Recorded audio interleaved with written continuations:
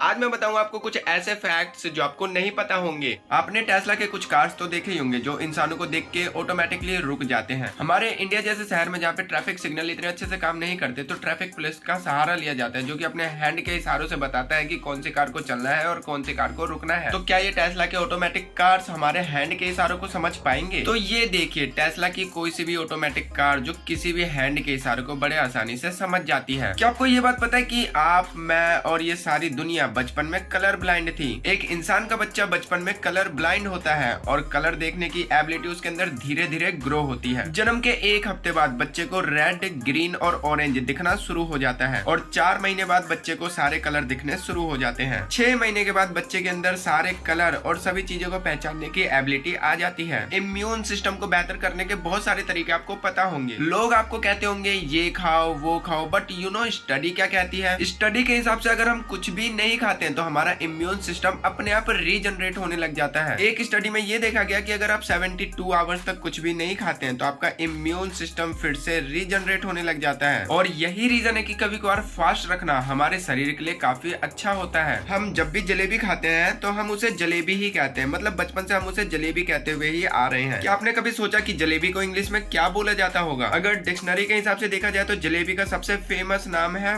Funnel cake. हालांकि इसके अलग अलग बहुत सारे नेम भी हैं, आप इसे किसी भी नेम से बुला लो, बट इंडिया में तो ये जलेबी की जलेबी ही रहेगी। आपने बचपन में डोरेमोन तो देखा ही होगा और उसकी आवाज भी बहुत अच्छे से पहचानते भी होंगे। लेकिन क्या आपको पता है डोरेमोन की जो डबिंग आर्टिस्ट है, मतलब कि जो डोरेमोन को आवाज देती है, बहुत दुखद की बात है, वो अब इस दुनिया में नहीं रही। मैं बात कर रहा हूँ नोबुयो ओयामा की, जो कि डोरेमोन को आवाज देने का काम किया करती थी। नोबुयो ओयामा जो डोरेमोन को जापानीज आवाज देने के लिए जानी जाती थी। हाल फिलहाल में ही इनकी डेथ हो गई है। अब ये वाला फैक्ट मुझे भी काफी इंटरेस्टिंग लगा कि जो बिल्लियां होती है वो आपके आवाज को काफी अच्छे से पहचान सकती हैं। मतलब कि कई बार ऐसा होता है कि आपके बुलाने पर भी बिल्ली नहीं आ रही है तो समझ जाओ कि वो आपसे नाराज हो रखी है। मतलब कि डबल टिक तो जाता है लेकिन ब्लू टिक नहीं आता। Now I hope you guys कि आपको ये सारे फैक्ट्स काफी इंटरेस्टिंग और अच्छे लगे होंगे। तो कौन सा पार्ट और कौन सा फैक्ट आपको सबसे अच्छा लगा मुझे नीचे कमेंट में जरूर लिख के बताना।